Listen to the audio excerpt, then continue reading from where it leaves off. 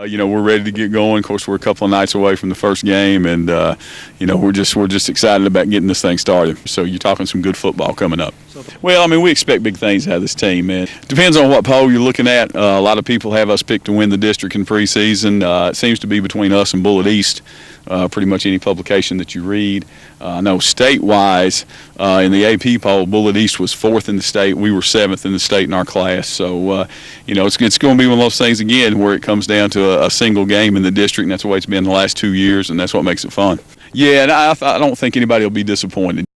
Well, of course, we're coming off the 9-3 year from last year, which was somewhat of a historic year for us, with the district championship and then the first home playoff game in 10 years, first playoff win in 20 years. So last year was a good year for us, but we've got to come back and be ready to work this year. Graduated 16 seniors from the team last year, so we've got a lot of people to replace. But so far this summer, with the 2 scrimmages we've had against Meade and Bardstown, our kids have really stepped up and played well. We're going to be young. We're going to be young. A lot of juniors starting, a lot of sophomores getting a lot of playing time, and the seniors that we have a smaller senior class this year, but the seniors that we have are getting playing time. But it's just a situation where our kids have got to develop a little bit quicker than what we had hoped for in the perfect world, which of course we know it's not. But so far they've done a really good job in preseason preparation and preseason scrimmages. This weekend is our second annual Heart of Kentucky Bluegrass Football Pigskin Classic. We're playing East Jessamine at 8:30 Saturday night. Before that at 5:30 we have Louisville Western playing West Jessamine, and then to start it off Saturday afternoon at 3 we have St. Charles Middle School playing Lebanon Middle School to renew that rivalry. But we play East Jessamine. They're a 4A school just like us, so comparable numbers. On video they have good size, good speed, so it's going to be a good test for us in opening game. Who can the fans expect to be watching or looking for during the game? Well, offensively, Eric Miles will start at quarterback again for us this year. He started every game last year, does a super job for us. Coming back offensively, you got Wes Staten and Dustin Crane at the right side of the offensive line, and after that it's pretty much new faces. But Bryson Bell, Trey Hamilton will be our 2 starting receivers. Jacob Tabor and Dylan Peterson will start as our running backs in the backfield. Derek Mattingly will start center for us, and then Zach Shoemaker and Charlie McLean will wind up the left-hand side of our offensive line, with Timmy Dawson playing tight end for us. So there's some exciting football. Yeah, it should be. These kids are young, but this junior class and this senior class too, they know how to win. And these guys that are juniors went 8-1 as for freshman team, went 8-1 as a junior varsity team. So they're 16-2 in their career, so they don't like losing, which is good. If I looked at the schedule correct, I think we've got 8 home games. 6 home games, 6, not counting scrimmages, of course, and then the playoffs. We open up, of course, Saturday night with East Jessamine at home. Then we go on the road to Nelson County. Then we come home for 2 against Harrison County and Washington County. Then we travel to Bullitt East for the first district game. Then LaRue County and Campbellsville come here. Then we go to North Bullitt. Anderson County visits us, and then we end the regular season with a trip to Greene County. Sounds like it's going to be an exciting year. I hope everybody can come out to the John J. Boswell Field and take in some Marion County High School football. And if not, maybe they can catch you here on Channel 6. Sounds great. We'd love to have them here. We had the big crowds last year, and hopefully, we can duplicate that this year. All right. Good luck from Channel 6 and the Marion County sports fans. Well, after graduating the 16 seniors last year, we had a lot of spots to fill, and you got to look at kids individually, but at the same time, you look at our team, and our team is a good football team because of the fact that we've got so many people that can get it done for us. You look at different times this year, you've had Dylan Peterson be the man, and Jacob Tabor, Bryson Bell, Eric Miles, just a lot of different kids contribute to this program and score a lot of points. We've scored 326 points this season. And Dylan Peterson has 8 touchdowns, and that's our leading scorer as far as touchdowns go. So, it's not been any one kid. And again, I think that's what makes us such a good football team, is the fact that we have a lot of kids. They enjoy playing this game. They like what we're doing. They've bought into what we're doing, and they know what it takes to be successful. And I told the kids before we went out for the game, I said, look at how fortunate you are. I said, look at your side, driving an hour and 15 minutes to get here. And I said, look at their side. And of course, they probably didn't have 75, 100 fans there. So, we have great support and following from our community, and that's important because these kids work hard. Wow, we got a lot of great guys, coaching football for us right now. Of course, Robbie Peterson, he's been with me since I came here back in 2004.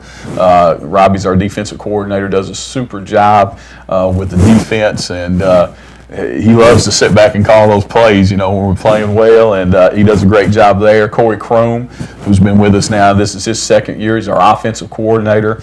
And I'm kind of dating myself, but I coached Corey when he was in high school here at Marion County back in '95. So I'm pushing a little bit older now. Matthew Mattingly. Everybody calls him Moo Moo. So if I called him Matthew Mattingly and didn't say Moo Moo, I don't think most people would know who I was talking about.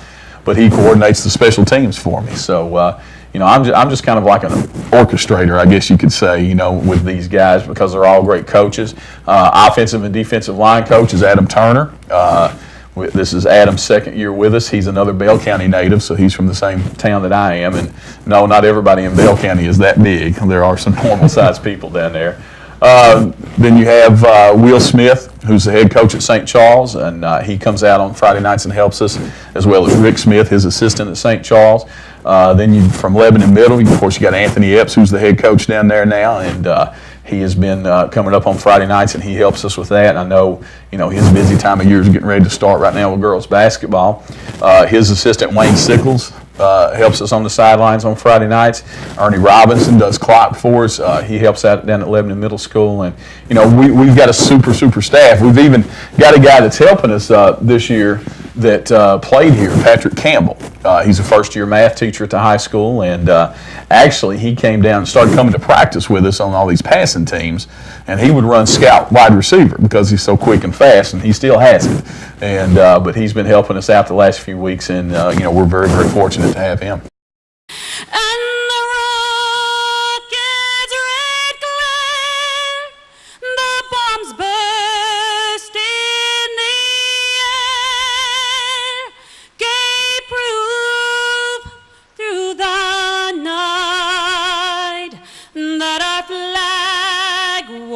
Still there.